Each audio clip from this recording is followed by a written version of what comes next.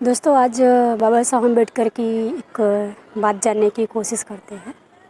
Doctor बाबा साहब अम्बेडकर ने युवाओं को जो संदेश दिया उस पर मैं थोड़ा सा प्रकाश डालने की कोशिश करती हूँ। बाबा साहब अम्बेडकर ने कहा युवाओं को कि आप भीड़ का हिस्सा मत बनो, बल्कि ऊर्जावान बनो, विवेकवान बनो, तार्किक बनो, ज्ञानवान बनो, सम्मान से रहो और स्वाभिमान से जियो। क्योंकि उन्होंने युवाओं को ये संदेश दिया है कि अन्याय के खिलाफ न्याय की लड़ाई आप युवाओं को लड़नी होगी। आगे ये भी कहते हैं कि अगर हमें इस देश में मान सम्मान स्वाभिमान चाहिए तो जिनका शोषण हुआ है उन लोगों को जागृति में लाना होगा, उनको जागृत करना होगा।